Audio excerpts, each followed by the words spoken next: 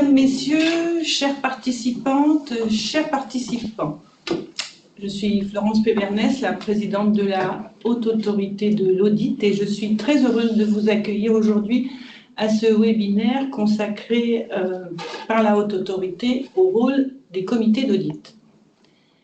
Avant toute chose, je tiens à remercier chaleureusement nos intervenantes et notre modérateur.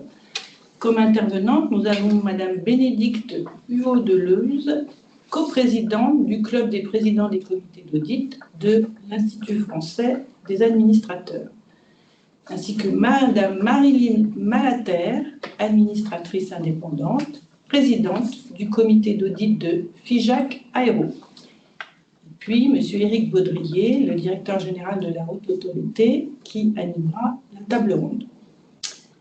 Merci à vous, mesdames, d'avoir accepté de partager votre expérience et votre regard sur ce sujet structurant pour la qualité de l'information financière.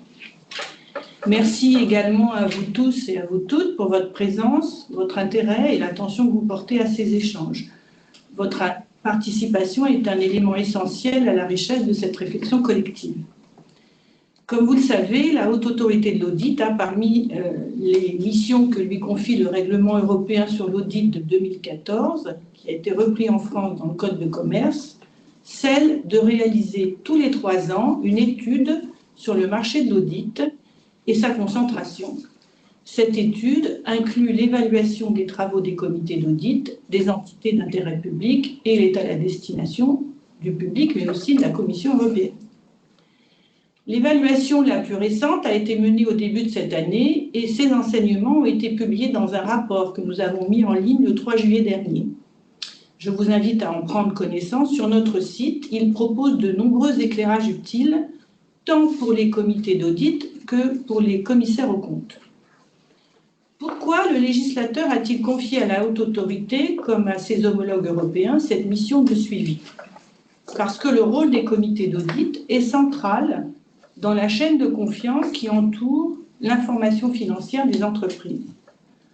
En participant au processus de sélection des commissaires aux comptes, en veillant à la préservation de l'indépendance des contrôleurs légaux, en suivant leurs travaux de certification et en supervisant le processus d'élaboration de l'information financière, les comités d'audit jouent un rôle déterminant pour garantir la fiabilité et la qualité des informations communiquées au public. Ce rôle a d'ailleurs été étendu depuis cette année en France à l'information en matière de durabilité. Plus largement encore, cette mission de la Haute Autorité auprès des comités d'audit s'inscrit dans l'ensemble de l'écosystème du contrôle légal des comptes. Cet écosystème repose sur 3 pôles complémentaires qui ont chacun un rôle propre. Tout d'abord, les entreprises, avec leur direction générale, leur direction financière, en charge de la préparation de l'information. Ensuite, les commissaires aux comptes, en charge de la certification de cette information, reposant sur une opinion indépendante. Et enfin, les comités d'audit au sein des organes de gouvernance, qui assurent le suivi à la fois de la préparation et des travaux de certification de l'information. L'apport de la Haute Autorité en tant que régulateur de l'audit est de contribuer par une évaluation périodique à ce que le système fonctionne de la façon dont le législateur l'a envisagé. Cela implique non seulement un suivi régulier, mais aussi, comme je le conçois, une composante de pédagogie, d'accompagnement et de facilitation du dialogue entre les acteurs. Car la confiance en la qualité de l'information financière ne dépend pas que d'un seul maillon. Elle repose sur la cohérence et la coordination de l'ensemble de la chaîne. À ce titre, les comités d'audit occupent, par rapport aux directions des entreprises et aux commissaires aux comptes, une position singulière. Notre rôle, en tant que régulateur, est de contribuer à identifier et renforcer leurs bonnes pratiques, à valoriser ce qui fonctionne et à mettre en lumière des points d'attention qui permettent d'améliorer la qualité et la pertinence de leurs travaux. C'est précisément dans cette perspective que s'inscrit ce webinaire aujourd'hui. Favoriser le dialogue, partager des retours d'expériences concrètes, permettant à chacun d'exercer son rôle dans le respect du cadre légal, mais aussi dans l'esprit de ce cadre, c'est-à-dire au service de la fonction de la confiance du public. Parmi les sujets qui sont développés dans le rapport de la Haute Autorité, 2 thèmes ont été retenus pour le webinaire de ce jour. Tout d'abord, le rôle des comités d'audit dans la désignation des commissaires aux comptes, puis leur rôle dans le suivi des travaux de ces derniers. Je remercie encore une fois nos 2 intervenantes et notre modérateur, ainsi que toutes celles et tous ceux qui se sont connectés aujourd'hui. Je vous souhaite à tous et à toutes d'intéressants échanges et laisse maintenant la parole à Éric Baudrier.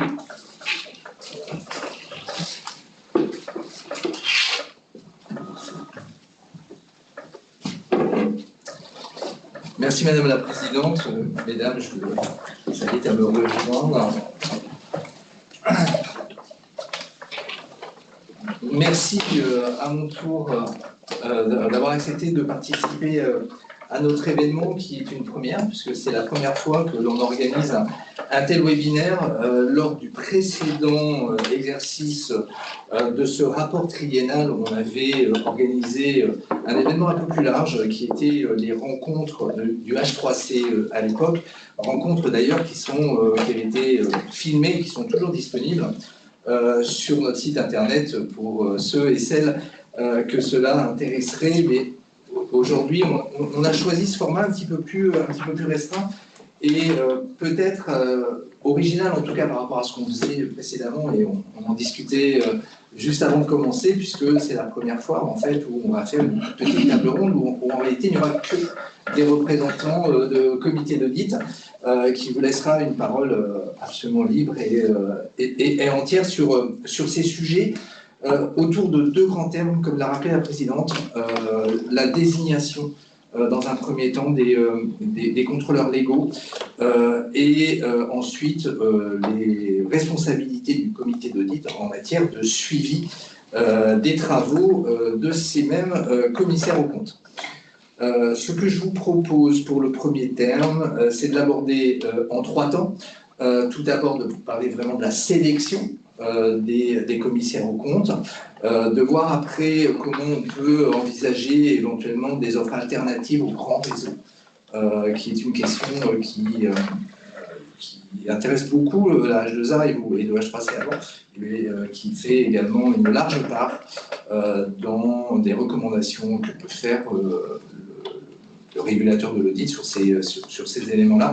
Et on fera une petite ouverture sur la fin également sur la désignation des auditeurs de durabilité en lien éventuellement avec ce qu'on se sera dit précédemment, sachant que ce thème spécifique des auditeurs de durabilité avait été abordé également lors des rencontres de la H2A de cette année, également disponible sur notre site internet et que je vous invite tous à consulter si vous voulez avoir plus d'éléments sur cette partie durabilité. Sans désemparer, je propose qu'on commence sur l'implication des comités d'audit dans la sélection. Donc, le premier rôle, finalement, est très certainement un des rôles fondamentaux, puisque c'est celui qui va engager derrière la conduite et les relations pendant au moins 6 ans, voire plus en fonction de la durée maximale. Au regard du rapport réalisé par la H2A, quels avaient été les constats? Tout d'abord, on avait constaté, au regard des réponses qui ont été fournies, que 33% des comités se sont impliqués dans la définition ou la révision des critères de sélection. Alors naturellement, ça ne veut pas dire qu'il n'y avait pas de critères de sélection, mais que ces critères de sélection avaient été finalement laissés dans les mains de la direction et que le comité d'audit avait simplement intervenu en fin de processus. 43% des comités s'étaient impliqués dans la revue de l'analyse des propositions préparées par la direction financière, 48% dans l'évaluation des propositions soumises par les candidats et 33% dans la réalisation d'entretiens. Encore une fois, ça ne signifie pas qu'il n'y avait pas de processus, mais que le comité d'audit, dans ces cas-là, c'est plutôt concentré sur la fin du processus. Un élément également qui a une grande importance pour nous en tant que régulateurs sont les résultats des contrôles. Des contrôles qualité qui sont effectués par la H2A. 17% des répondants avaient indiqué intégrer cet élément spécifique dans les demandes qu'ils faisaient lors des soumissions et au regard de l'analyse qui en était faite. Et on pourra aussi parler spécifiquement de ce sujet. Au regard de ces constats, quelles avaient été les recommandations de la Haute Autorité? Tout d'abord, naturellement, de poursuivre les efforts en matière d'implication des comités d'audit dans la définition des critères. Donc, que les comités puissent intervenir le plus tôt possible dans la sélection des commissaires aux comptes, et le critère étant quand même un des éléments centraux de cette sélection. Également d'une intervention plus forte sur la promotion de la qualité de l'audit dans la sélection, ce qui inclut également l'intégration des résultats des contrôles qualité menés par la H2A, qui reste un élément, encore une fois, central. L'objectif n'étant pas que je monopolise la parole, je vais vous laisser répondre à ces, ou en tout cas réagir, peut-être déjà d'une manière générale, justement sur ces critères de sélection, sur l'implication du comité d'audit dans ces critères de sélection. Quel est votre positionnement dessus, et peut-être avec un axe aussi assez particulier, qui va être celui du prix. Puisque très souvent, quand on échange avec les uns et les autres, on a des visions, j'allais dire, opposées. Parfois, sur ce critère de prix, des commissaires aux comptes qui considèrent être parfois étranglés par le processus, qui s'apparente à un processus d'achat presque classique et pas d'un achat particulier spécifique, et parfois aussi des comités d'audit ou des entreprises qui vont avoir une réaction en disant que finalement tout ça leur coûte beaucoup trop cher, voire très cher, très ou trop, je ne sais pas quel est le vocabulaire qu'il faut employer, et c'est intéressant d'avoir votre retour sur ces éléments. Je ne sais pas qui veut commencer, Madame Malater ou Madame Baudelus. Alors écoutez, merci déjà, je voulais vous remercier de votre invitation et d'être avec vous aujourd'hui. Et puis avant de répondre à votre question, peut-être déjà nous réjouir des résultats du rapport. Parce que ce rapport est quand même extrêmement satisfaisant, en tout cas pour les comités d'audit que nous sommes. Il est quand même écrit, ou en tout cas nous ressentons une confiance dans l'information comptable et financière en France. Le H2A est là, les commissaires aux comptes répondent, et les comités d'audit également.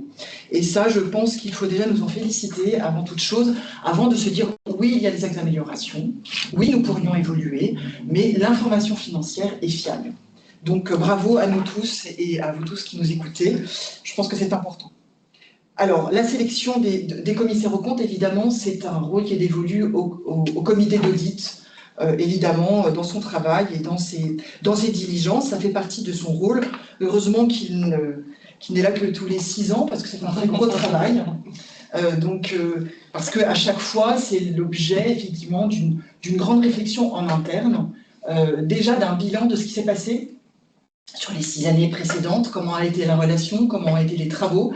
Et nous ferons, je crois, en deuxième partie un peu ce suivi des travaux, mais il faut quand même se dire que ce suivi des travaux fait partie de cette sélection à venir, et que, en fonction de ce qui s'est passé dans les 6 années précédentes, eh bien, il y aura des choix et des non-choix, justement, qui seront proposés à nos commissaires aux comptes, et qu'à ce moment-là, on partira sur une ouverture au niveau de l'appel d'offres.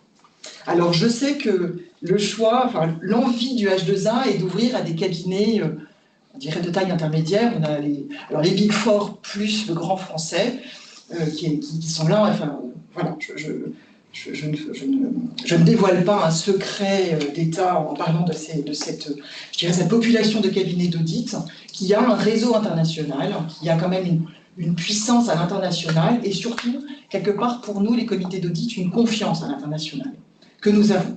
Et ces cabinets plus intermédiaires où, effectivement, nous nous pourrions travailler avec, et nous travaillons avec dans beaucoup de cas, et quelque part, nous avons besoin aussi d'avoir cette confiance à l'international. Et cette confiance à l'international, comment la réaliser, comment la faire, comment est-ce que quelque part nous pourrions nous appuyer sur eux. Alors souvent, on a tendance à s'appuyer sur eux au niveau français, au niveau social, finalement. Quand on va les prendre, on va leur confier le social français et laisser à l'international les gigs ou les grands réseaux. Voilà, c'est peut-être une complémentarité qui est déjà organisée et qui fonctionne comme ça. Si nous devions donner plus, il faudrait que nous soyons plus dans la confiance à l'international. Sur le réseau, comment faire? Comment est-ce qu'on pourrait avoir des critères d'évaluation sur ces cabinets? Comment est-ce que le H2A pourrait nous rassurer également sur cet international et sur ce réseau à l'international? Je vous renvoie un peu finalement la demande de diligence peut-être spécifique sur comment est-ce qu'on pourrait être rassuré sur ces réseaux à l'international. Ensuite, je pense que nous pourrions avoir aussi, peut-être dans les critères, pas uniquement, vous parliez du critère du prix tout à l'heure, mais avoir des critères d'efficacité sur d'autres éléments qui pourraient être un peu plus intégrés effectivement dans nos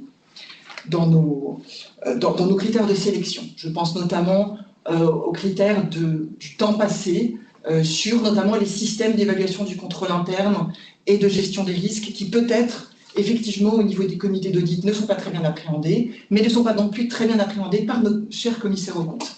Voilà, donc peut-être qu'il pourrait y avoir des éléments de réflexion à mener ensemble sur ces diligences et ces travaux effectués sur ces sujets. Voilà, pour commencer, je pense que ça pourrait être des bonnes pistes de réflexion. Effectivement, merci beaucoup. Je pense qu'on pourra revenir sur deux, trois sujets, notamment par rapport à la H2A. Madame Alater, peut-être des éléments complémentaires ou, Oui, sur la sélection des commissaires aux comptes, eh bien, merci également pour l'invitation. Ce que je peux vous dire ce matin, c'est vous faire part un petit peu de l'expérience en tant que président du comité d'audit de la société dont je suis administratrice. Dans ce cadre-là, depuis, et ça fait maintenant 7 ans, 8 ans même, j'ai eu à 2 reprises, en fait, à mener avec la direction financière de la société une sélection de commissaires aux comptes avec appel d'offres qui a été rédigé en collaboration avec la direction financière, et nous avons véritablement partagé ensemble et effectué ensemble cette rédaction d'appel d'offres qui a été ensuite adressée, qui n'a pas été publique, mais qui a ensuite été adressée à différents cabinets. Alors bien évidemment des Big, mais pas uniquement des Big Four, ça a été plutôt, on va dire, des Big 10, si je puis dire. Et ceci avec bien évidemment différents critères de sélection, mais le montant des honoraires ne faisait pas partie de l'élément, je dirais, prépondérant parmi les critères de sélection. Les honoraires étaient importants, certes, bien évidemment, mais il faut d'abord remplir certains critères avant d'arriver à ce niveau-là des honoraires, lequel peut être déterminant dans un choix, bien entendu. Voilà, donc je pense que ça c'est quand même un petit peu important. Et dans les critères de sélection, bien évidemment, ça va être l'expérience de l'équipe, la qualité de l'équipe et de l'associé, qui va porter bien évidemment, je dirais, la mission, et qui va s'engager au moment où il répond à son appel d'offres, pardon. Et également, un point qui a été très important, ça a été l'expérience dans le domaine d'activité, puisque c'était un critère très important par rapport à la société, par rapport au domaine qui est un petit peu spécifique, bien entendu. Voilà pour ces premiers éléments. Merci beaucoup. Peut-être pour faire le lien avec ce que disait Mme Hugo-Deluz sur l'importance du réseau, de sa couverture. Est-ce que c'est un sujet qui vous a préoccupé ou vous avez vu des complémentarités possibles? Complémentarité possible, oui. Ça n'a pas été immédiatement le point le plus important. Ceci étant, effectivement, une qualité de signature, et avec la présence d'un BIG qui a une signature à l'international, faisait partie ou a fait partie parmi ces appels d'offres du choix et de la sélection qui a été opérée, oui. Donc la couverture a été importante aussi. Et sur le sujet du momentum d'implication du comité d'audit, Oui. vous êtes impliqué dès le départ? Oui, dès le départ. Dès le départ. Implication dès le départ, une première trame qui est rédigée par la société, mais que l'on partage très rapidement pour la compléter, la finaliser. Donc, le choix des candidats qui vont être adressés, bien évidemment, et ensuite la sélection qui s'opère ensemble avec le comité d'audit. Donc, implication totale. Et sur ce, vous avez pu observer peut-être d'une manière un peu plus large, vous voyez aussi une implication vraiment sur tout le processus des comités d'audit qui se développe, ou on reste encore sur des choses plutôt tardives? J'aimerais dire que les comités d'audit s'impliquent dès le début, et franchement, je pense que c'est dans leur diligence. Bon, les résultats, force est de constater que dans le rapport, ça n'est pas tout à fait ce qui est prévu, ce qui est constaté. Bon, ça, je pense qu'il faut absolument accélérer, il faut progresser sur ce sujet-là. Si le comité d'audit n'est pas à la manœuvre du renouvellement du commissariat aux comptes, c'est vraiment un axe de progression. Voilà, ça, je crois qu'il faut vraiment être clair là-dessus, et il faut le réaffirmer. Parce que c'est effectivement dans leur diligence. Je pense que votre questionnaire a soulevé, il était très intéressant, et c'est cette quarantaine de questions. Nous l'avons fait circuler au niveau du club des présidents de comité d'audit, et il a permis peut-être aussi de voir un peu vos exigences, mais surtout des idées de démarrage beaucoup plus tôt, auxquelles peut-être certains n'avaient pas forcément pensé. Et puis, quelque part, peut-être parfois, au niveau des directions financières, une habitude de gérer cela, voilà, qui viennent un petit peu du passé, historiquement. Oui. Voilà. Et ils font leur travail, et peut-être il faut un peu que les auditeurs, les administrateurs, prennent un peu ce rôle de la relation un peu plus active avec le commissariat aux comptes, sans être dans la supervision, c'est pas du tout notre rôle, mais une relation un peu plus proactive sur le démarrage des travaux pour le renouvellement du commissariat aux comptes. Voilà. Et je pense que ce questionnaire avait une vertu de donner des idées et quelque part une légitimité pour s'emparer de ce sujet-là auprès des administrateurs, où peut-être il y avait une forme de réserve. Nous sommes quand même des non-exécutifs. Nous n'avons pas ce rôle d'exécutif. Et c'est parfois des points de friction, hein, on ne va pas me cacher, avec les directions générales, ça n'est pas notre rôle. Nous sommes là pour vérifier, pour questionner, et pas pour agir. Or, là, parfois, nous avons peut-être un chemin de crête entre la vérification et l'action. Voilà. Et parfois, ce n'est pas évident en tant qu'administrateur. Nous ne sommes pas présents en permanence dans l'entreprise. Donc, ça n'est pas...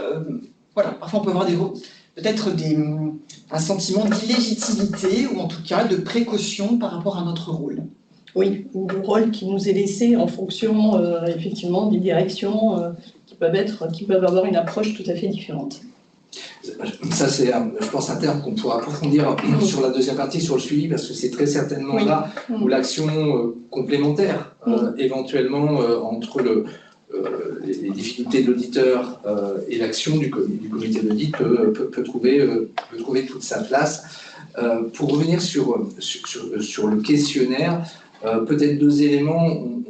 On a évoqué, quand on a préparé, effectivement, cette peut-être idée de supervision qui pourrait transparaître dans le cadre du questionnaire. C'est absolument pas l'idée du législateur, naturellement. Le comité d'audit n'est pas là pour superviser le travail des comités d'audit. Il me semble que c'est le travail de la H2A. Et loin de nous l'idée... le travail des commissaires aux comptes. Hein, oui, voilà, de superviser les commissaires aux comptes, naturellement. C'est bien de ça dont je parle. C'est absolument pas l'idée. Après, il y a pu y avoir des ordres de plume, de traduction du document, mais c'est effectivement pas l'idée.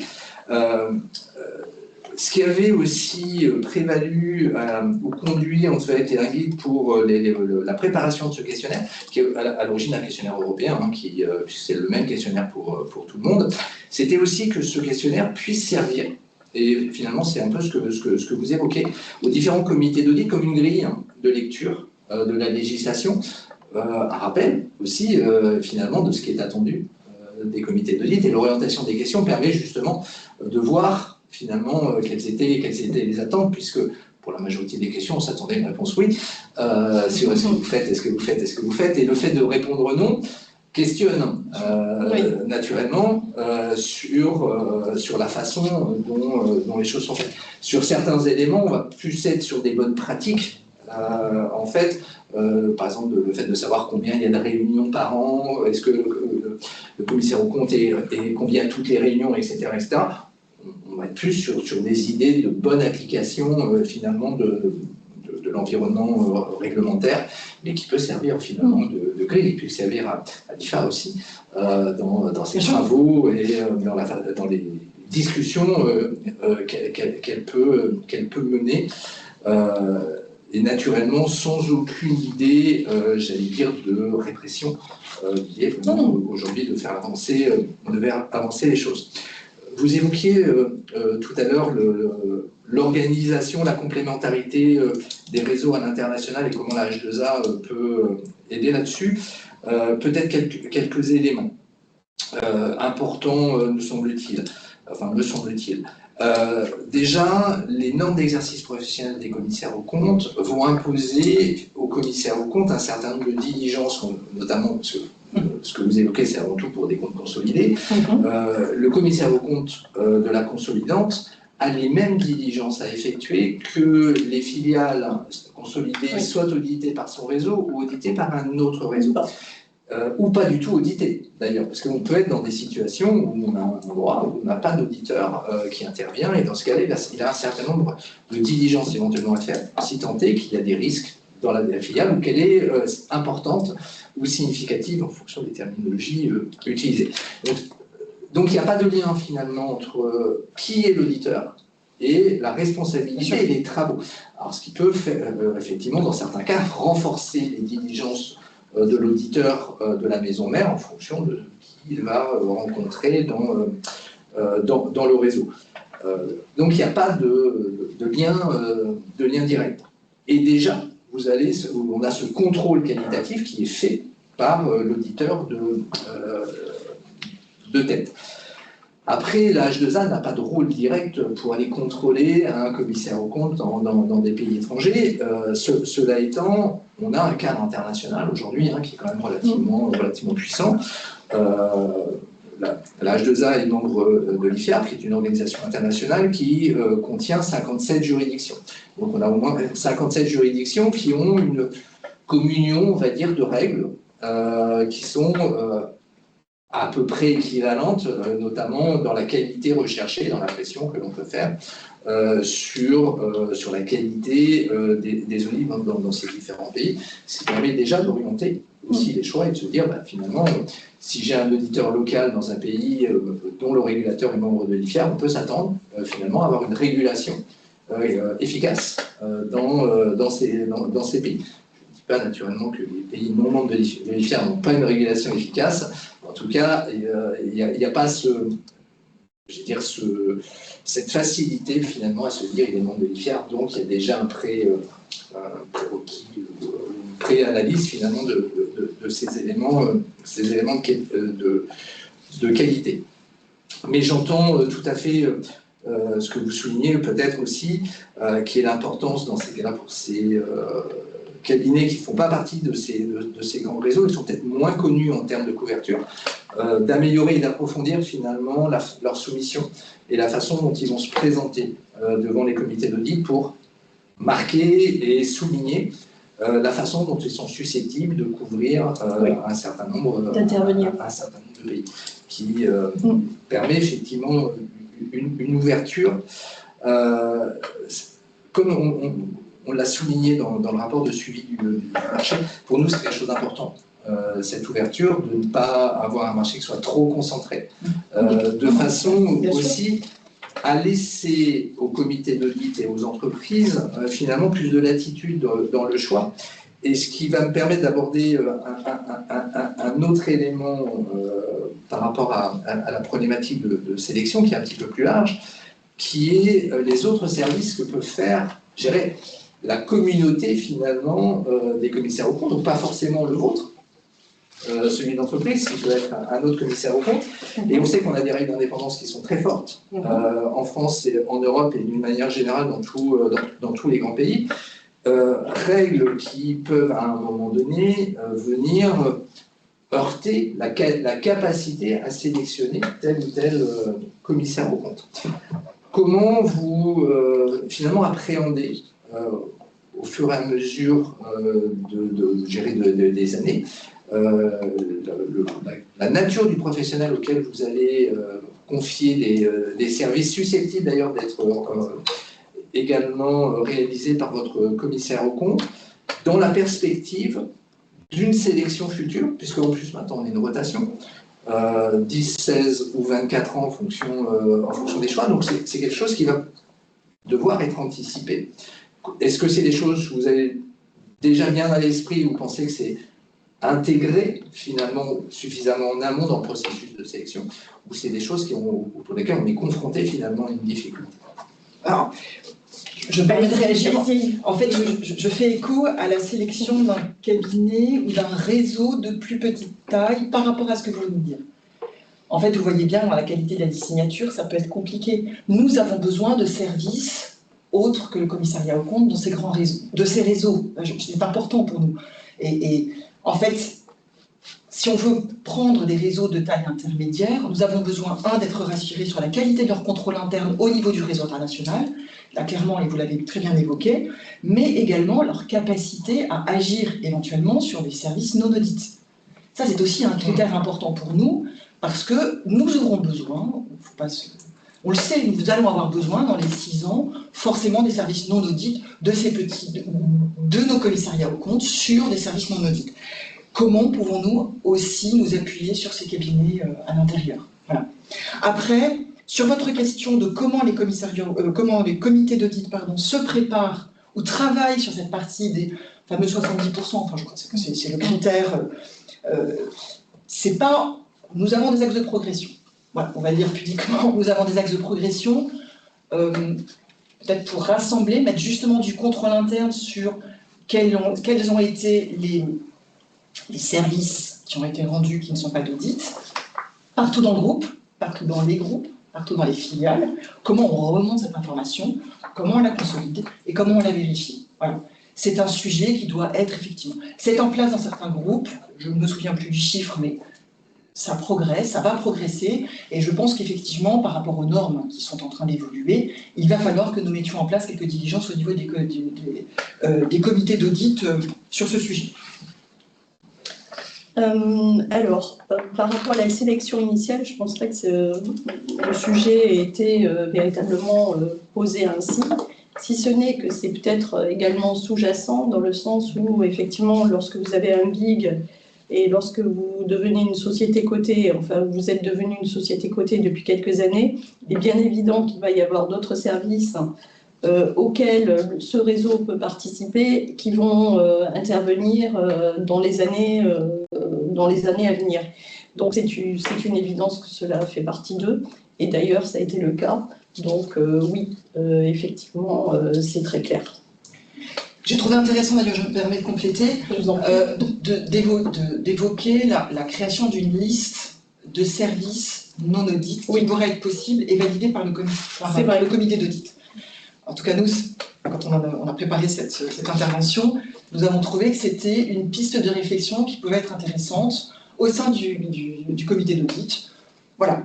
En tout cas, commençons par cela, et ça pouvait être un démarrage. Ce qui est important, je pense, c'est la trajectoire de progrès. Voilà. On n'arrivera pas à faire en 2 ans, en 3 ans, mettre en place, parce que je pense qu'on y viendra, mais les travaux des comités d'audit sont énormes.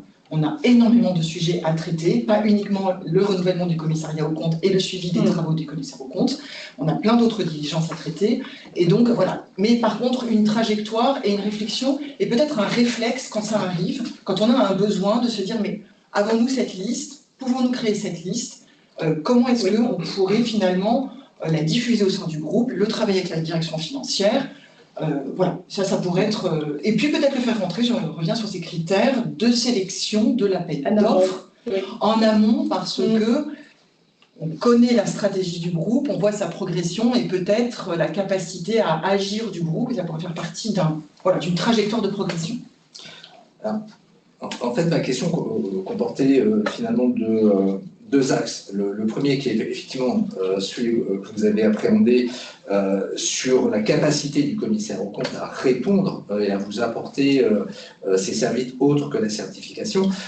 On sait que certains de ces services sont incompatibles avec la mission.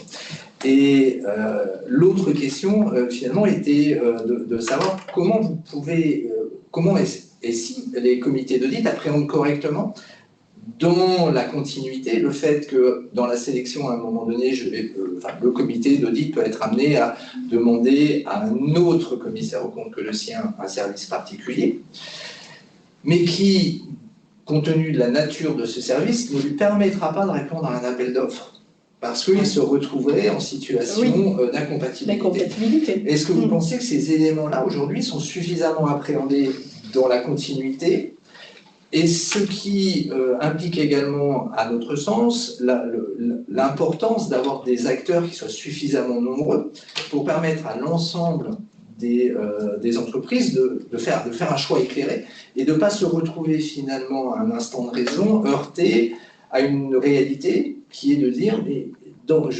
j'aimerais aller vers tel cabinet mais je ne peux pas parce qu'il y a une rupture d'indépendance, au moins pendant une certaine durée, et se retrouver finalement avec un choix qui n'en est pas un. Et on a eu des échos comme cela j'allais dire, entre 2016 et aujourd'hui, avec les évolutions de la réforme européenne de l'audit, avec des sociétés qui ont dit moi, j'avais pas de choix, puisque à un moment donné, compte tenu de ma structure, des choix. En tout cas, eux considéraient ne pas en avoir parce que d'autres cabinets avaient rendu des services qui ne leur rendaient pas possible de répondre à un appel d'offres. Alors moi, je dirais que si les comités d'audit... Alors, il y a deux choses. Je pense que les comités d'audit aujourd'hui savent quelles sont les missions interdites, entre guillemets, interdites, non compatibles avec derrière la certification des comptes. Voilà, ça, je pense que les comités d'audit aujourd'hui savent. Merci Sarban Oxley, merci Enron, merci... Voilà, on a quand même eu des grands cas qui nous ont bien marqués sur les 20 dernières années ou les 30 dernières années. Donc ça, c'est la première chose. La deuxième chose, si nous n'étions pas éventuellement au courant de cette incompatibilité, je peux vous dire que les commissaires aux comptes, eux, le savent. Voilà. Et que parfois, nous avons des négociations, pardonnez-moi, c'est entre nous, c'est pas enregistré. Personne ne nous écoute. Personne ne nous écoute. Nous avons des négociations dignes de certains souks du Maghreb sur non, nous ne viendrons pas vous aider là-dedans parce que nous voulons concourir et qu'actuellement, nous sommes incompatibles. Et que nous pouvons nous retrouver, nous, les entreprises, dans des situations compliquées où, effectivement, le service ne peut pas être rendu parce que demain, ça les empêche d'avancer et de concourir. Voilà. Et là, nous nous retrouvons... Ce qui est plutôt sain. Oui. À un moment donné, mais ce qui oblige aussi de permettre l'émergence, finalement, de réseaux suffisamment structurés pour pouvoir vous apporter finalement l'ensemble des sélections. Et quand le collège de la H2A loue ou essaie de garder aussi cette spécificité française au regard de certains pays, qui est l'hétérogénéité de la profession, le fait qu'on ne soit pas trop concentré. On est quand même un pays beaucoup moins concentré que ça peut exister dans certains pays. C'est aussi finalement j'allais dire, c'est pas pour donner de l'activité à un plus grand nombre, c'est aussi et surtout pour permettre aux entreprises d'avoir un choix le plus large et de ne pas se retrouver bloqué à un moment donné en disant mais finalement je n'ai pas de choix, parce que je n'ai pas assez d'acteurs. Et il nous semble qu'une des clés de ça est aussi dans la main des entreprises. Et donc, à un moment donné, dans le choix des comités d'audit, de permettre finalement cet essor. Et comme on disait tout à l'heure qu'on a en France 4 grands plus 1, c'est aussi finalement le marché français qui a permis à ce 5e d'avoir la place qu'il a aujourd'hui, parce que les spécificités du marché français lui ont permis et les entreprises aussi lui ont permis d'avoir la place qu'il a aujourd'hui. Et on voit dans certains pays que lorsqu'on a 4 grands acteurs, ça devient à un moment donné compliqué. Oui, mais j'entends votre point, pardonnez-moi, je vous coupe parce que j'entends votre envie de vouloir faire émerger d'autres cabinets. Quand on se retrouve sur des services non audits, comme ce dont nous étions en train de parler, en fait, aujourd'hui, on a quand même un principe de réalité et de pragmatisme qui fait que si vous allez chercher un nouveau sur des services non audits, vous avez un temps d'appropriation et de connaissance qui est extrêmement coûteux, et à la fin, vous avez une mission qui n'est pas à la hauteur des enjeux attendus. Et donc, finalement, ces cabinets que vous essayez de faire émerger avaient une dissémétrie d'informations parce qu'ils n'avaient pas la qualité de l'information que pouvait avoir notre commissaire aux comptes, et se retrouvent à effectuer un service qui n'est pas à la hauteur des attendus du comité d'audit ou de la direction générale. Et là, en fait, c'est du perdant-perdant. Vous avez perdu du temps pour l'entreprise, et vous avez essayé de faire émerger un cabinet, un deuxième cabinet, un autre cabinet, et en fait, il n'est pas à la hauteur. Mais objectivement, il ne pouvait pas être à la hauteur, c'est compliqué, parce que par rapport à la connaissance qu'a un commissaire aux comptes, c'est difficile. Vous voyez? Donc, voilà, j'ai une perte de temps pour tout le monde, et d'efficacité. Et quelque part, ces nouveaux entrants ne peuvent pas montrer la qualité de ce qu'ils font, parce qu'ils n'ont pas cette connaissance intime ou profonde des systèmes de contrôle interne ou des systèmes de l'entreprise. Je partage complètement votre point de vue. Alors, personnellement, je n'y ai pas été confrontée. Ce n'a pas été un sujet, mais ce que dit Madame est tout à fait vrai, parce que le temps d'appropriation va forcément être très important. Les commissaires aux comptes, de par leur mission, connaissent parfaitement l'entreprise.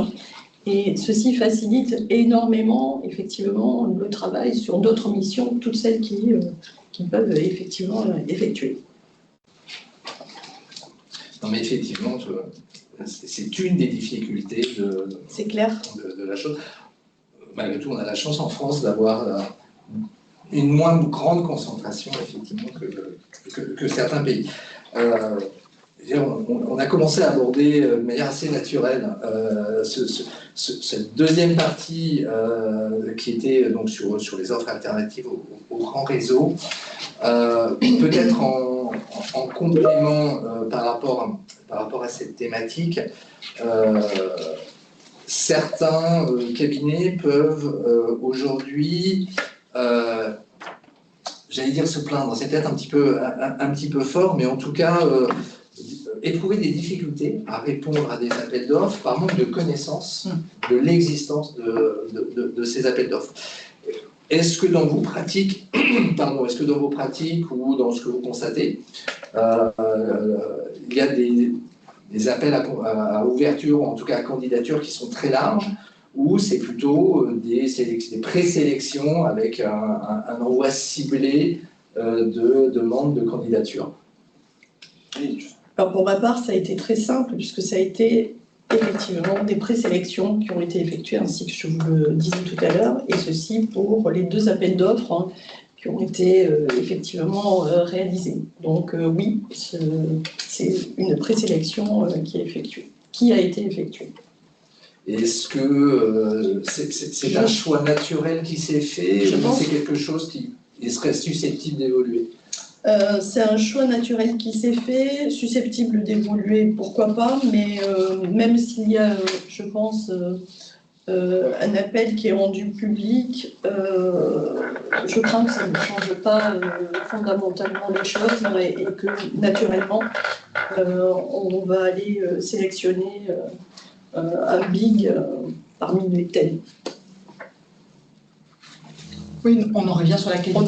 Malheureusement, on en revient sur la qualité de la signature. Oui, c'est ça. Et nous entendons exactement l'effort louable que vous souhaitez de faire émerger des cabinets. On entend tout à fait. Voilà. Après, le temps va se faire aussi, mais je pense que c'est sur la confiance relative à la robustesse de la qualité de leurs travaux à l'international. Oui, que la reconnaissance. Voilà, effectivement. Par laquelle la reconnaissance viendra. Voilà, c'est par ce biais-là que la reconnaissance viendra. Pardon, je remets les idées dans le bon sens. Mais ceci étant, nous avons des COCAC. Donc, à partir du moment où nous avons des COCAC, nous pouvons avoir effectivement un des commissaires aux comptes qui remplissent effectivement cette condition-là, et notamment à l'international, ce qui est le but recherché, et l'autre COCA qui peut être tout à fait parmi les offres alternatives et les cabinets alternatifs, dont certains ont une très grande qualité de travaux par ailleurs. Donc c'est effectivement ainsi que l'on pourra peut-être répondre à cette problématique-là, à partir du moment où, lorsque nous effectuerons des sélections, eh bien, nous aurons ces cabinets alternatifs qui pourront proposer une offre qui conviendra à ce qui est recherché. Peut-être qu'aussi, à vous écouter, pardon, je complète, il faudrait qu'ils soient créatifs, ces cabinets. J'ouvre. Aujourd'hui, il y a énormément d'outils numériques qui peuvent être utilisés. Alors, c'est un sujet qu'on abordera après sur la problématique de la donnée et comment est-ce qu'on évite qu'elle parte à l'international. Mais je pense que les cabinets de taille intermédiaire, ce sont les challengers. Voilà. Ils savent qu'ils partent en position de challenger. Donc, ça force la créativité. Quelle créativité peuvent-ils avoir pour être plus efficaces, moins, je dirais, embarqués ou encroutés dans des process, parce que les bigs, pour le coup, parfois, ça peut être un peu plus, je dirais, comme notre cher État, hein, avec peut-être des process à l'intérieur qui ont fait aussi leur renommée, mais un peu une complexité un peu plus importante. Et peut-être que ces petits réseaux ont une agilité à montrer, mais encore faut-il qu'ils soient créatifs, un peu plus créatifs. Et avec les outils numériques plus agiles, être en capacité de, tout en nous rassurant sur la souveraineté des données, tout en nous rassurant sur l'utilisation des données dans des algorithmes éventuels, parce qu'aujourd'hui, quand même, il y a beaucoup de solutions qui peuvent exister et d'analyses qui peuvent exister sur le marché avec des petites structures qui peuvent vraiment travailler d'une manière plus efficace sur l'analyse des chiffres. Voilà, il faudrait qu'ils soient aussi en capacité d'être plus créatifs. Voilà, je pense que ça pourrait être quelque chose, tout en nous rassurant. Enfin, je reviens sur la rassurance. Je veux dire, on ne peut pas confier si on n'a pas confiance. Je comprends, mais finalement, comment pouvoir vous rassurer et répondre à vos attentes si les appels d'offres restent confidentiels, ou en tout cas dirigés uniquement vers certains cabinets, ce qui les prive finalement potentiellement aussi de la capacité à répondre. Ça c'est clair. Pour qu'ils puissent s'exprimer et qu'ils puissent répondre, il faut ouvrir les appels d'offres. Sinon, on sera toujours dans un microcosme. Après, voyons voilà, il y a 200 000 entreprises en France, si je ne m'abuse. Hein. Là, on est peut-être en train de parler de 120 entreprises du SBF 120. Alors, je ne vais pas faire le calcul mental devant tout le monde de 200 000 moins 120. Ça reste beaucoup de mandats qui peuvent être travaillés. Et il y a quand même plusieurs cabinets intermédiaires qui sont dans le SBF 120. Pas beaucoup, mais il y en a. Oui, je crois que c'est 14% d'après vous. Il y en a effectivement quelques-uns, ce qui démontre aussi leur capacité finalement à pouvoir répondre. Et effectivement, le co-commissariat au compte est un atout indéniable. Et quand on parlait tout à l'heure du cinquième acteur français, c'est aussi grâce au commissariat au compte, au co-commissariat au compte, pardon, qu'on a pu faire émerger ou conserver un acteur majeur en dehors des quatre grands que l'on connaît à l'international. Effectivement, c'est majeur, mais encore une fois, les recommandations que faisait la H2A sur l'ouverture, c'était effectivement de pouvoir fournir l'information finalement à d'autres acteurs sur l'existence de ces appels d'offres. Alors effectivement, on est en train de parler de sociétés aujourd'hui qui ont des comités d'audit. Donc forcément, on est plutôt en train de parler des grandes entreprises, celles qui sont soumises à cette obligation, ou celles qui s'en sont dotées volontairement, ce qui reste une très très bonne pratique également.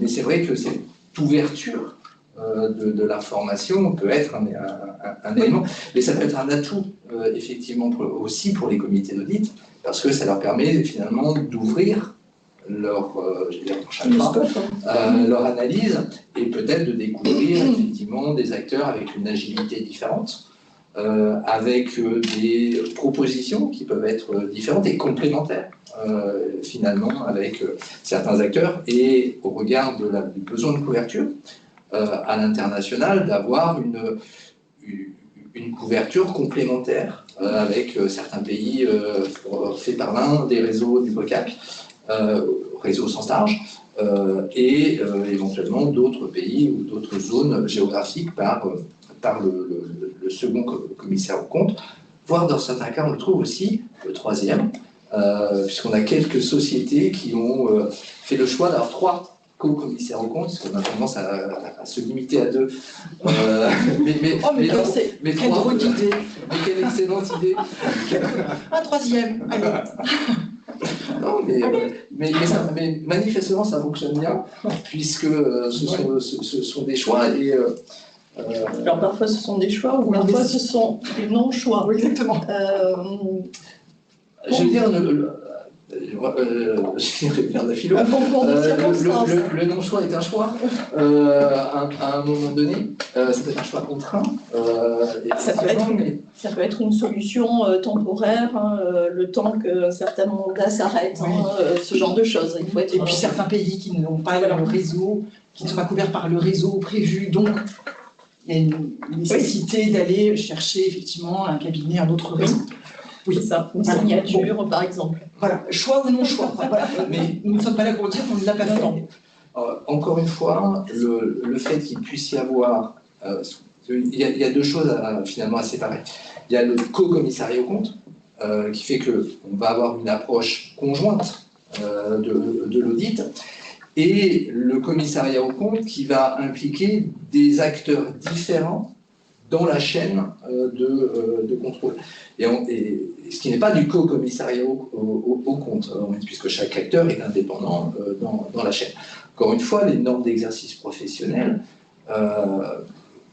sont indifférenciées qu'il y ait le même commissaire au compte dans la chaîne, ou qu'on ait des commissaires au compte différents. Cet élément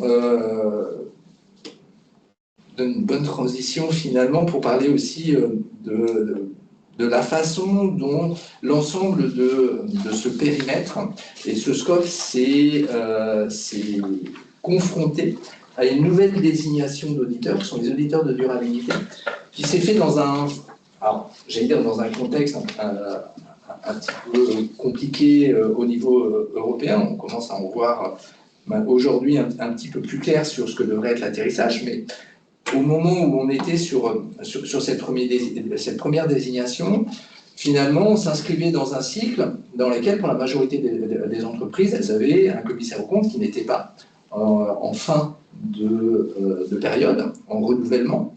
Et donc, c'est intégré cette nouvelle phase de désignation. Comment vous avez perçu le rôle des comités d'audit dans ce cadre-là? Est-ce que finalement ça a été du mimétisme par rapport à ce qui a pu se passer historiquement pour désigner un commissaire aux comptes, pour trouver le bon acteur, commissaire aux comptes, voire organisme tiers indépendant, ou autre commissaire aux comptes, pas celui de la société, parce que je rappelle sur l'étude que nous avions menée, on avait 11% des entités qui avaient fait un autre choix que leur propre commissaire aux comptes. Donc c'était soit un OTI, soit un autre commissaire aux comptes que le leur. Comment vous avez perçu finalement cet exercice? Est-ce que finalement on a appris les mêmes règles qu'avant, un appel d'offres, une candidature unique ou plus large, ou est-ce que ça a été particulier pour cet exercice? Quelque chose de plus. Alors, ça a été un petit peu particulier dans le sens où effectivement, on s'est retrouvé avec 2 propositions, si je puis dire. Le comité d'audit n'était pas trop impliqué au départ. Notre administrateur était sur ces sujets-là, mais malgré tout, 2 offres qui ont été réalisées avec un organisme indépendant et le collège des COCAC. Et là, ce qui est intéressant, c'est qu'effectivement, la réflexion qu'a menée le comité d'audit, c'est de dire que les COCAC, connaissant quand même très bien l'entreprise, avaient certainement une carte à jouer et qu'il serait bien plus intéressant que ce soit eux qui soient retenus pour cette nouvelle mission et cette certification. Donc, effectivement, c'est le choix qui a été opéré. En tout cas, c'est la préconisation qu'a fait le comité d'audit. Et c'est le choix qui a été fait in fine. Et donc là, de retenir les 2 COCAC. Oui, les 2 COCAC qui ont souhaité faire une proposition ensemble. Conjointe, absolument.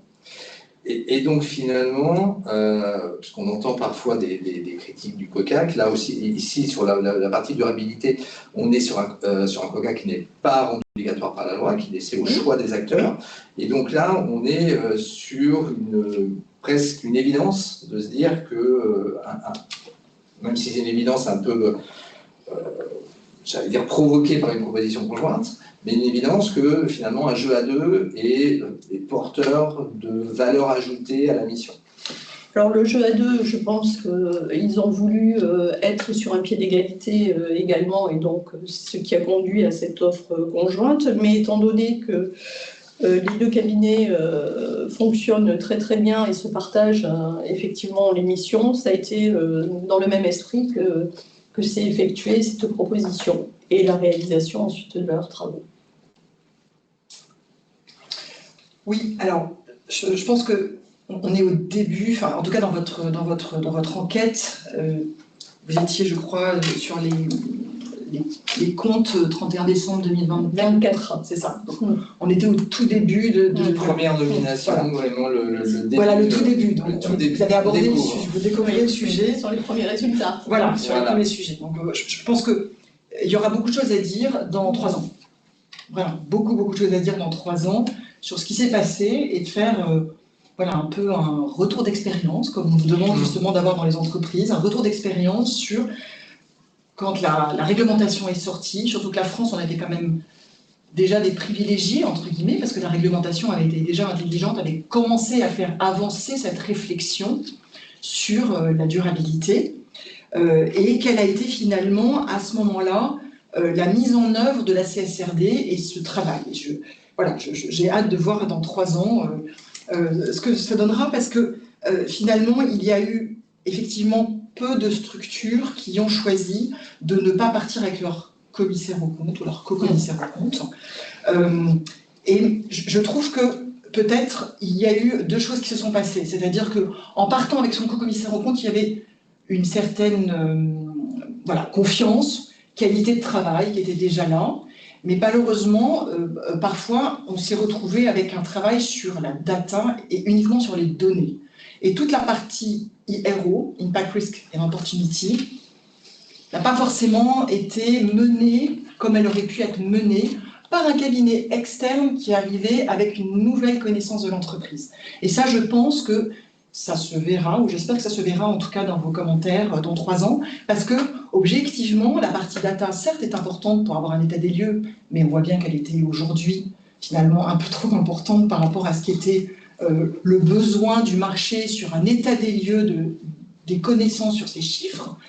Et par contre, la partie IRO, qui est quand même la première partie, sur les business models, sur le risque de transition, sur demain, comment vont pouvoir continuer à progresser nos entreprises et à vivre avec les limites planétaires qui sont dépassées, eh bien cette partie-là, finalement, n'a pas été travaillée, ou à mon sens, pas suffisamment. Or, c'était toute l'intelligence du procédé. Alors moi, administratrice, je suis un peu frustrée de cette partie-là. Alors, j'aurais voulu qu'on travaille beaucoup plus l'IRO et un peu moins les data points. Mais c'est le début. Mais c'est le début. Donc on parlait de trajectoire de tout à l'heure. Est-ce que le fait d'avoir pris ces commissaires aux comptes a mis un peu trop l'accent sur cette partie-là au détriment de cette première partie? Voilà, je pense qu'il y aura vraiment une réflexion à mener. Un autre point également qui nous semble important à traiter, c'est que, attention, alors pour le coup, attention quand on prend une OTI qui n'est pas nos commissaires aux comptes, et il n'y a pas d'opposabilité du secret professionnel sur l'OTI. Et donc aujourd'hui, c'est un sujet. Comment faisons-nous pour travailler avec une OTI en toute transparence sur ces sujets-là? Certes, ce sont les chiffres de durabilité, les chiffres de la CSRD, mais il y a un moment où il y aura des bridges, des ponts à faire entre les éléments financiers, les éléments non financiers, et à ce moment-là, comment ça se passe au niveau du secret professionnel pour les OTI?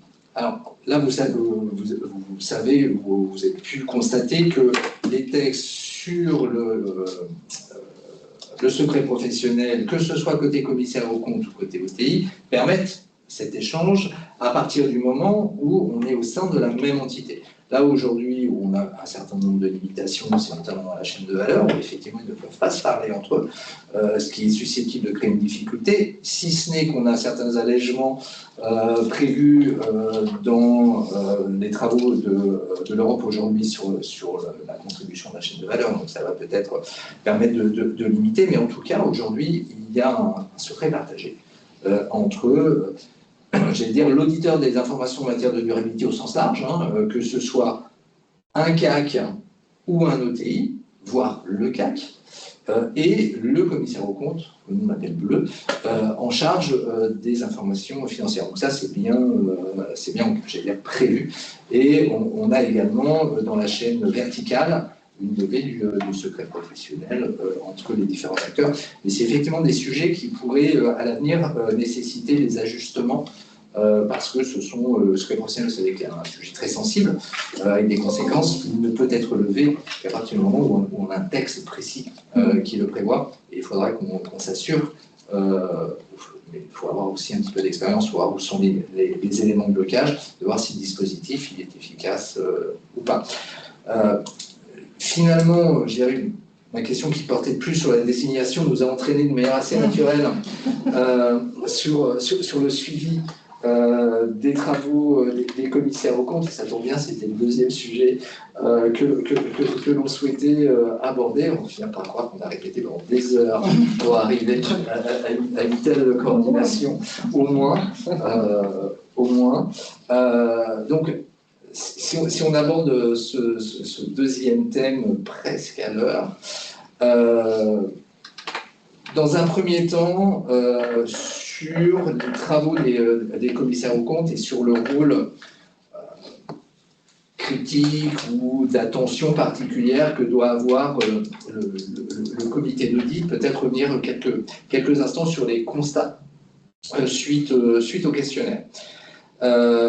Il avait été identifié que 46% des comités d'audit ont procédé à l'analyse critique de l'approche d'audit établie par les contrôleurs légaux, ce qui tente à démontrer qu'un certain nombre de comités d'audit ont plutôt tendance à s'investir sur la fin de la mission et pas forcément sur l'intégralité du processus.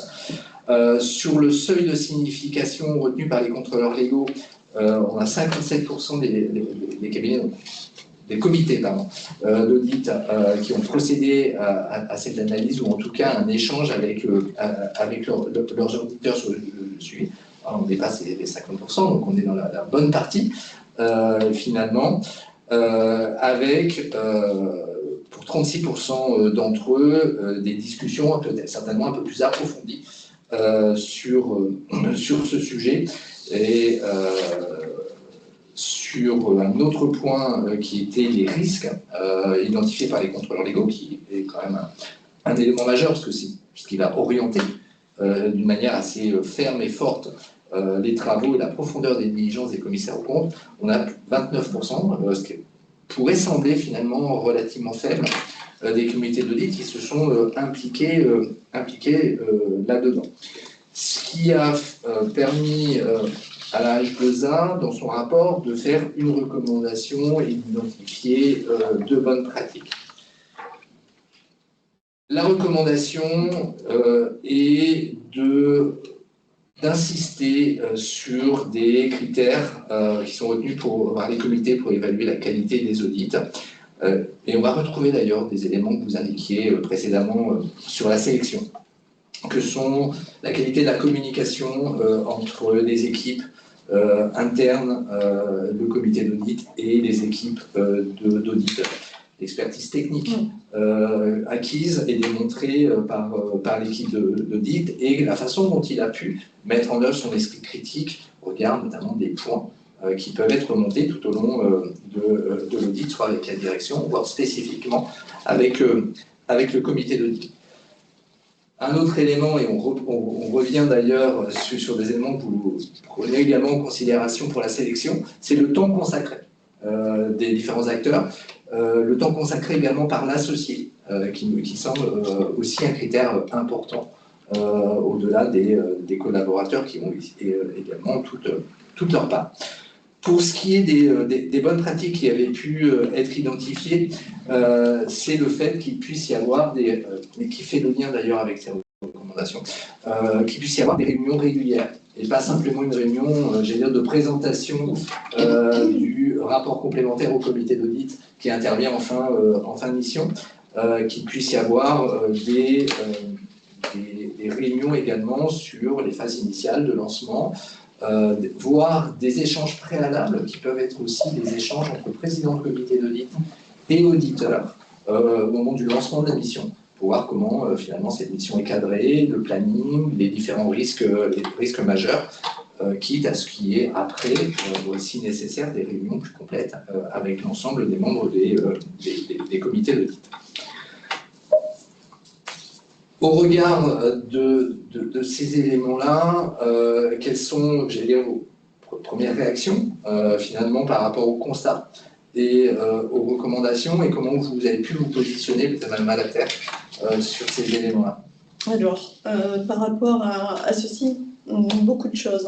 Ce qui me paraît déjà préalablement très important, c'est une très bonne communication entre le comité d'audit, les commissaires aux comptes et l'entreprise. Je pense que c'est la clé, je dirais, un petit peu de la réussite, et c'est ce qui conduit naturellement ensuite aux bonnes pratiques que vous soulignez dans votre rapport. Par rapport effectivement à ce que vous soulignez, à savoir 46% de comités qui participent à l'approche d'audit, etc., etc., j'ai envie de dire, à partir du moment où on a noué une bonne relation, à partir du moment où on intervient parfois en amont, où on se parle souvent, tout ceci se fait assez naturellement, sans venir, comment dirais-je, fixer des dates bien précises, ni quoi que ce soit. Je m'explique. Au cas qui m'intéresse plus particulièrement, je pense qu'on doit avoir une dizaine de réunions par an. Alors formelles, non formelles. Bien évidemment, ce ne sont pas des réunions qui comprennent chaque fois l'ensemble du comité d'audit. Ça va être des réunions Teams, des coups de fil avec les auditeurs directement, s'il y a des sujets qu'il faut aborder au cours de l'exercice, au cours du semestre, etc., etc. Ça va être d'aborder ensemble, à la fin de l'exercice précédent, on se dit, bon, ben, il y a des sujets, il faudra qu'on les traite dans l'exercice à venir. Donc, il y a une organisation qui se met naturellement en place pour parler de ces sujets-là. Et je pense que c'est là où véritablement on arrive à avoir notre rôle qui est le plus efficient, si je puis dire, possible, et où on a véritablement ce rôle-là à jouer, où on est un petit peu entre l'entreprise, les services de l'entreprise et effectivement les commissaires aux comptes. Et on va faciliter les travaux des uns, et tout ceci, bien évidemment, dans le respect des règles, des normes, etc., etc. Et pour arriver à une certification, bien entendu, qui soit là, et des états financiers qui répondent effectivement aux besoins et qui soient les plus sincères et autres possibles. Donc c'est ceci qui me paraît, et au fil des années, après avoir effectivement développé les échanges, vu ensemble différents sujets, différents points, comment nous allons les traiter et autres, je crois que là, on arrive à être le plus efficace possible, et ceci en ne perdant pas de temps, en ne faisant perdre de temps à personne.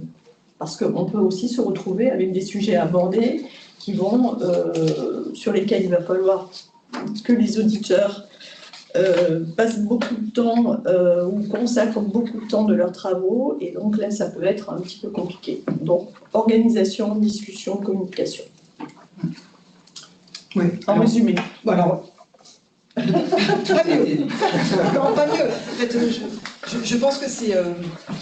enfin, on illustre ici l'intelligence collective de la sincérité des comptes. Notre objectif à tous, c'est que les comptes qui soient publiés reflètent la réalité Exactement. de la situation. Voilà. Et je crois vraiment que c'est notre ambition à tous, les commissaires aux comptes évidemment, la société, la structure, l'entreprise et les administrateurs. Donc nous sommes dans un dialogue le plus intelligent possible, le plus structuré possible, avec un temps imparti relativement contraint. C'est On ça. revient sur... nous ne sommes pas présents dans l'entreprise en administrateur indépendant ou administrateur de non-structure ou investisseur. Nous ne sommes pas en permanence au sein de la direction générale à suivre la direction financière dans tout ce qu'elle fait. Ce n'est pas notre rôle. Nous sommes là à des moments donnés, à du rendre compte, voilà, avec une périodicité qui permet de prendre un peu de hauteur, un peu de recul, qui essaie de questionner sur le process mis en place et sur la confiance par rapport à ce process. Voilà. Et on va investiguer quand on a un doute par rapport au process ou par rapport à ce qui a été fait. Voilà. Nous ne remplacerons pas les normes d'audit que le commissaire aux comptes doit suivre. Ça n'est pas notre rôle. Je pense que nous n'avons pas ni le temps, ni la capacité, peut-être pas la formation, même si certains d'entre nous ont vraiment des formations sur la finance, mais ça n'est pas notre rôle. Par contre, nous pouvons questionner dans la bonne intelligence, dans les travaux, dans l'accessibilité des équipes, dans l'utilisation des outils, et comment est-ce que la relation s'est passée. Notre rôle aussi, c'est de se demander si l'entente entre les co-commissaires s'est bien passée, et ce n'est pas toujours le cas, et ce n'est pas toujours facile de détecter une dissonance de relation entre les deux. Donc là, il faut que nous soyons peut-être vigilantes. Voilà, là-dessus, en ayant des entretiens seuls avec les uns et les autres et essayant d'attraper peut-être un dysfonctionnement qui pourrait nous mettre en danger, toujours pareil dans notre objectif, de insincérité de l'élaboration financière. Voilà. Parce que après que deux personnes ne s'entendent pas, si ça nous met en danger par rapport à nos comptes, ça nous concerne. Alors, justement, sur le danger par rapport aux comptes, comment est-ce que le comité d'audit arrive à jouer un rôle efficace? Que, effectivement, il n'est pas présent tout le temps.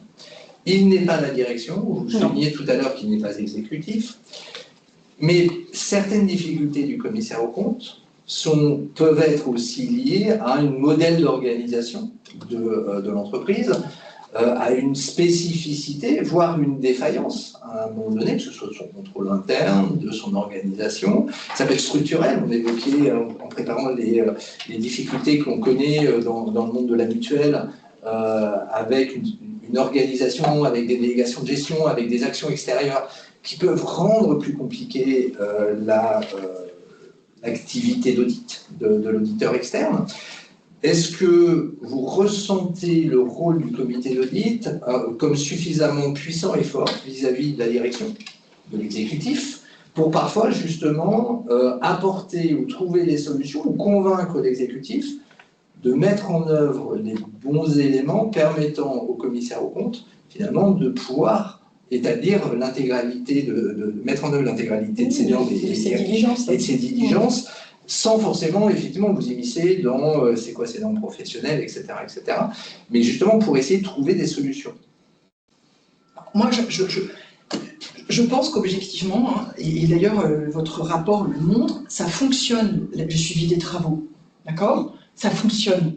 Le comité d'audit est bien dans son rôle, les commissaires aux comptes également, et la direction générale également, la direction financière également. Donc vraiment, je crois que ce triangle-là fonctionne.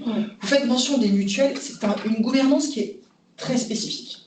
Donc moi, volontiers pour faire un deuxième webinaire sur la gouvernance des mutuelles, parce que je pense qu'on ne peut pas parler du même suivi des travaux des comités d'audit dans une gouvernance spécifique comme celle des mutuelles par rapport à une gouvernance dans les entreprises dont nous parlons plus tôt ce matin, voilà, sans exclure. Vous voyez ce que je veux dire ?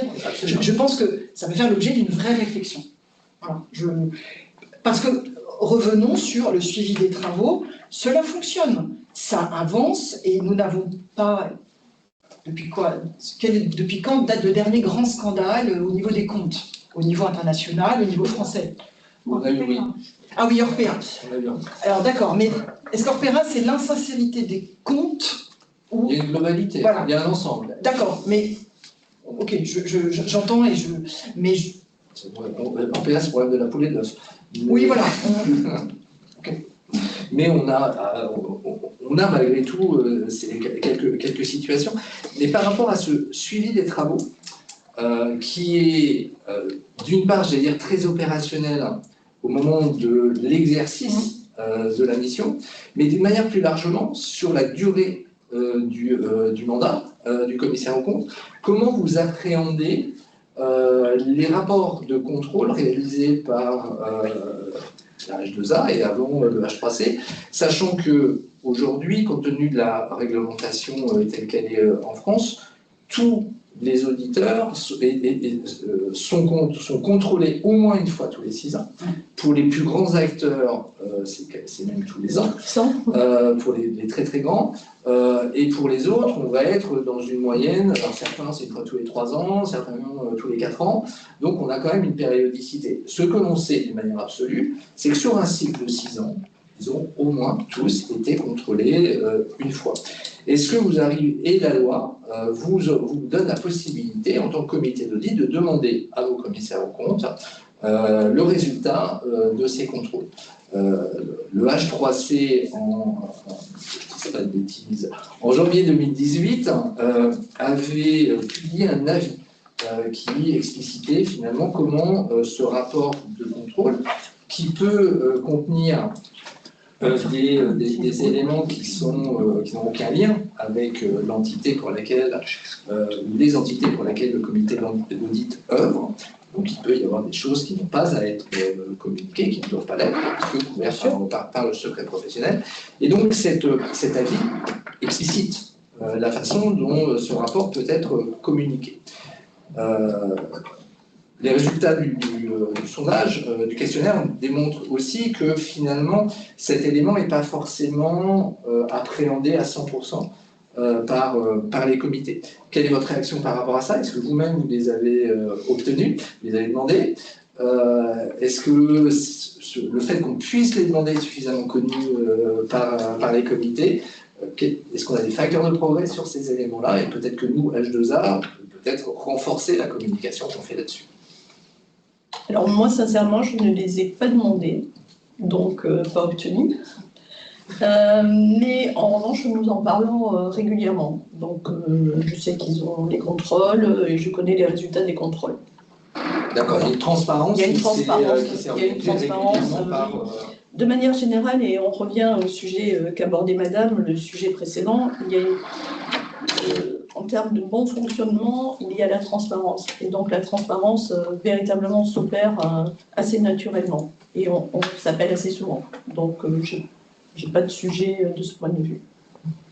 Alors, nous, il est clair que quand on a préparé cette table ronde, les réactions ont été diverses. D'abord, effectivement, parfois, il y avait quand même une méconnaissance pour certains, effectivement, là encore, ce questionnement était assez intéressant, on va le demander la prochaine fois, donc merci de l'avoir rappelé. Pour d'autres, ça peut être demandé, et la réponse n'est pas toujours celle attendue. Voilà. Et je pense qu'il y a peut-être parfois un jeu du chat et de la souris, entre vos diligences qui sont faites finalement en vérification d'un dossier d'audit, alors pas de la structure dans laquelle nous sommes administrateurs, mais d'une autre structure.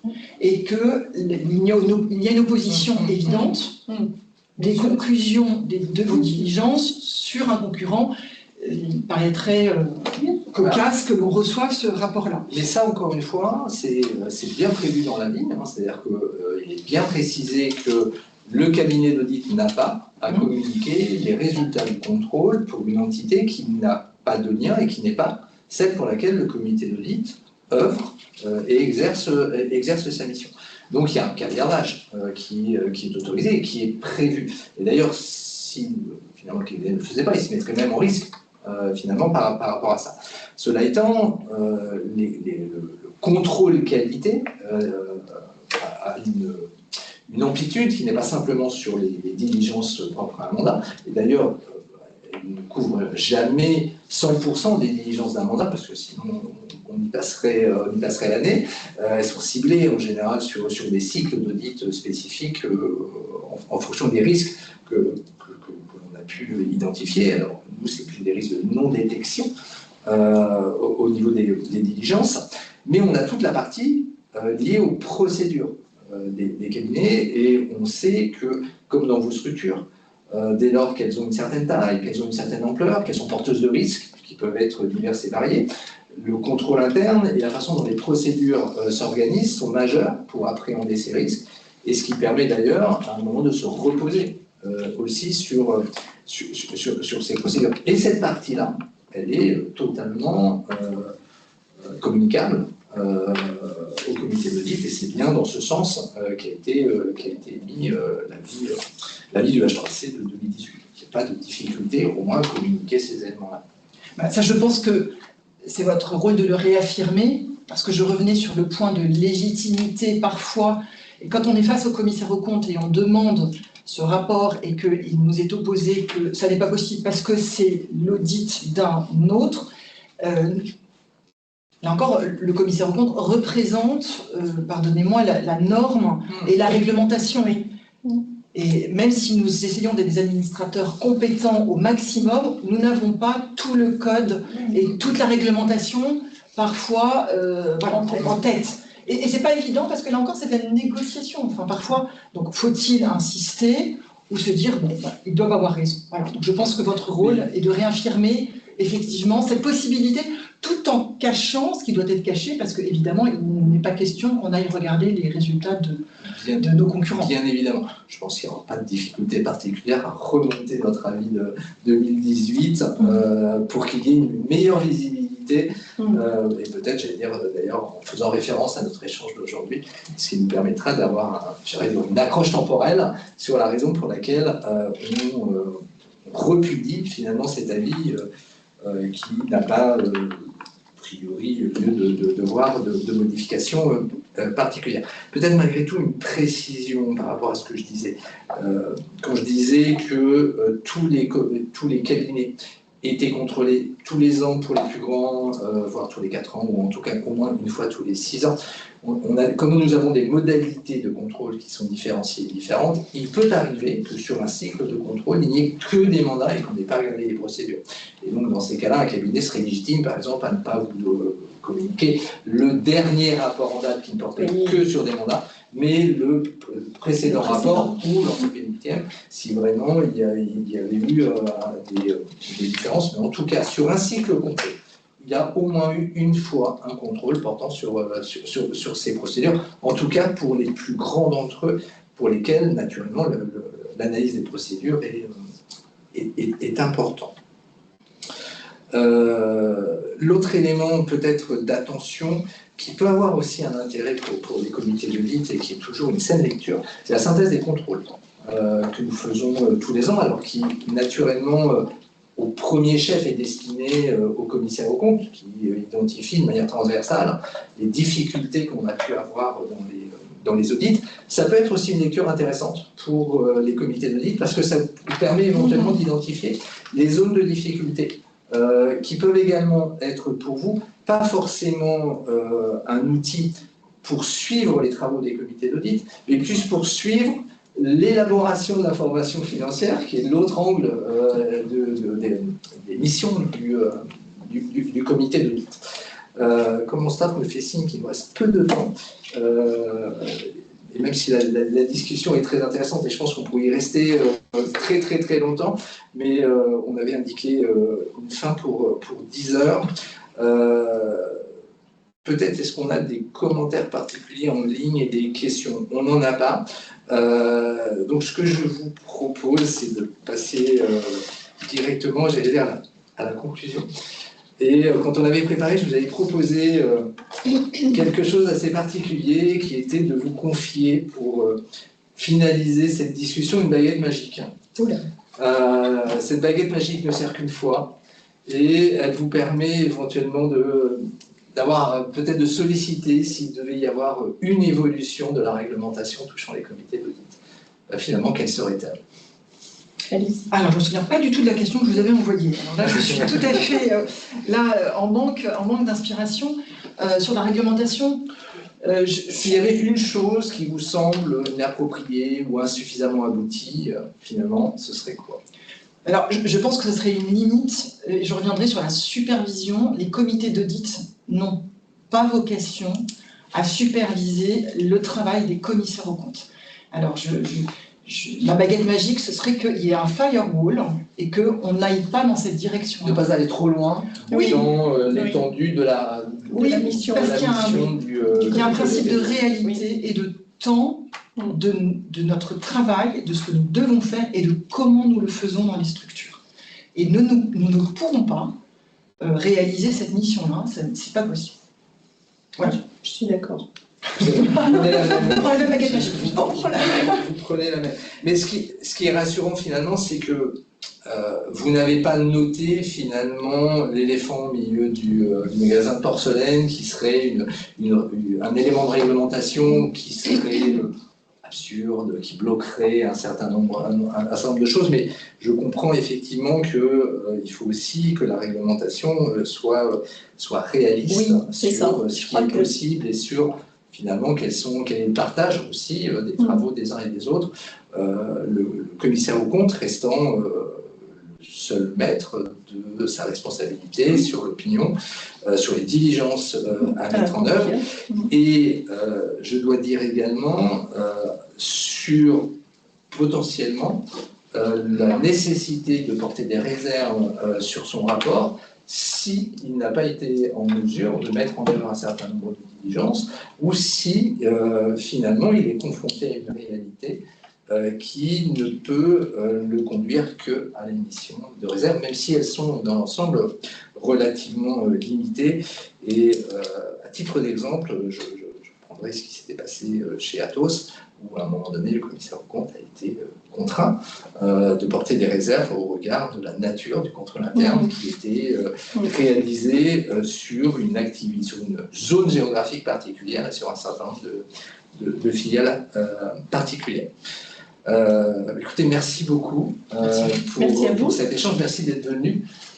Également pour nous rejoindre ici, on trouvait ça plus sympathique que de faire uniquement en visio. Et naturellement, la H2A est à disposition de l'IFA en fonction des différents calendriers et agendas pour poursuivre des échanges dans des groupes de travail. En tout cas, merci beaucoup. Avec grand plaisir. Merci.